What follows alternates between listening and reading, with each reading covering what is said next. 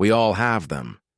The letters we never sent, the angry words we swallowed, the quiet confessions we were too afraid to speak. They live inside us, silent and secret.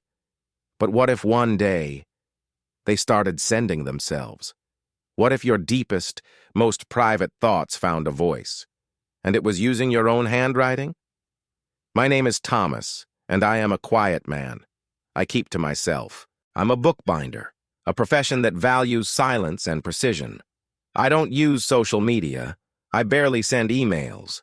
And I certainly do not write letters, which is why the envelope in my mailbox on that chilly October afternoon was so deeply confusing. It was a standard white envelope, slightly crumpled. In the top left corner was my own name and my address, written in my own distinct, slightly slanted cursive. The red ink stamp over it was stark, "Return to sender."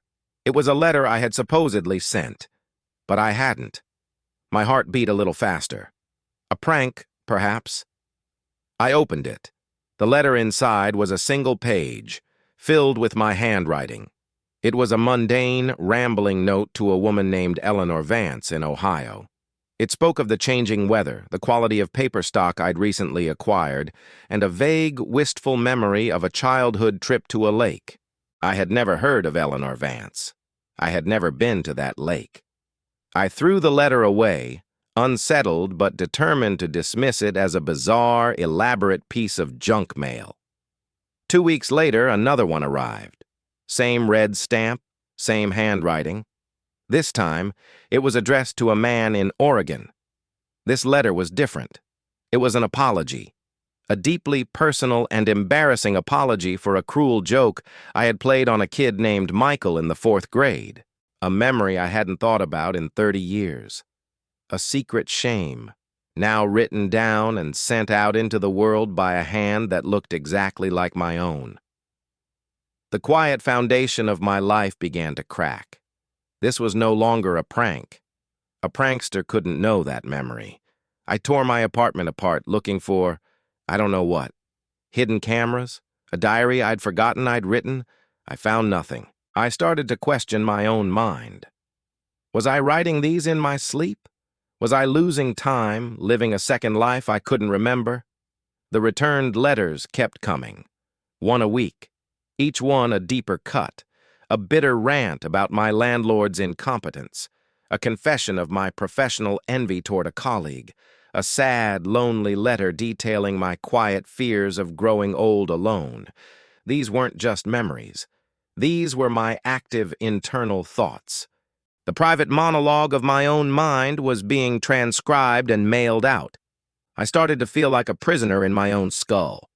I was terrified of what I might think in case my unseen scribe decided it was worthy of a stamp. The mystery deepened when I started getting replies. The first was a postcard from the woman in Ohio, Eleanor Vance. It read, "I think you have the wrong person. I don't know you." The second was a furious handwritten letter from the man in Oregon. "I don't appreciate you dredging up the past. Leave me alone." My stomach churned. So the letters were arriving. This wasn't just a game being played on me. My phantom words were touching real people, stirring up their lives. I was a ghost haunting people through the postal service against my will. I had to do something. I began looking up the names. They were real people, but they were random. An old teacher I hadn't seen in decades. The daughter of my mother's friend. A complete stranger whose name I only knew from a newspaper article I'd read. The only connection was me. My life became a paranoid cycle of watching my own mailbox.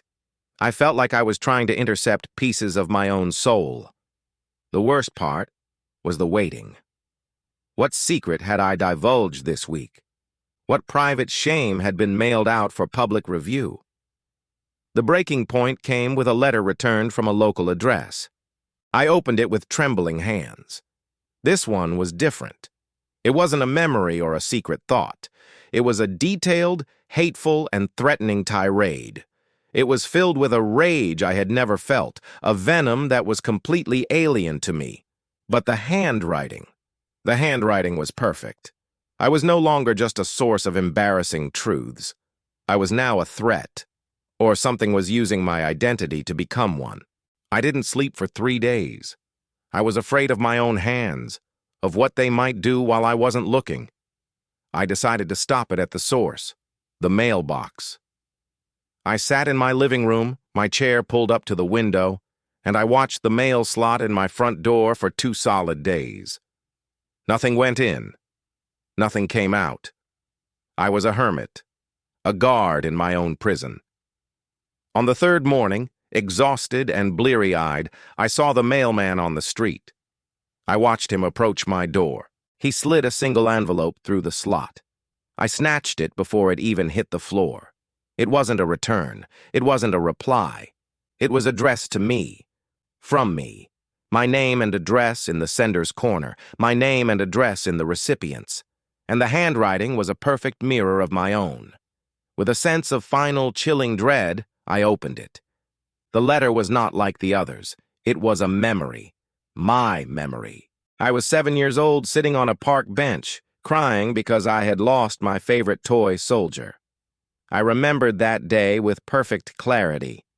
The splintered green paint of the bench, the taste of salty tears. But this letter described the scene from a different perspective. It described a lonely old man sitting on a bench across the way, watching a little boy cry. It described his regret, his own memories of lost things, his unspoken desire to comfort the child but being too shy, too withdrawn to do so. The letter was signed with my name, Thomas.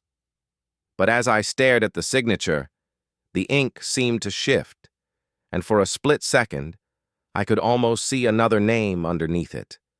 A faded name, Arthur. I dropped the letter as if it were on fire. The old landlord I'd rented the apartment from.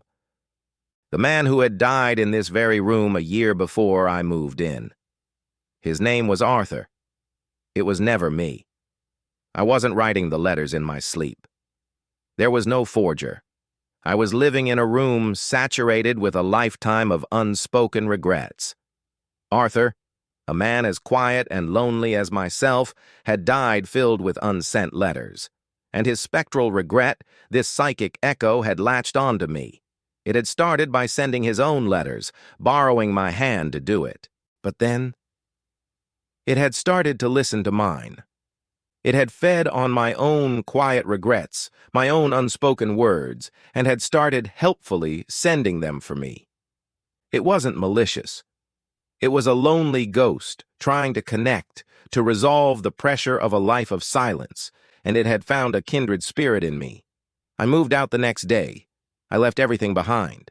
I couldn't bear to touch a pen, a piece of paper. I live somewhere new now, a place with no history. But I am changed. I am careful with my thoughts.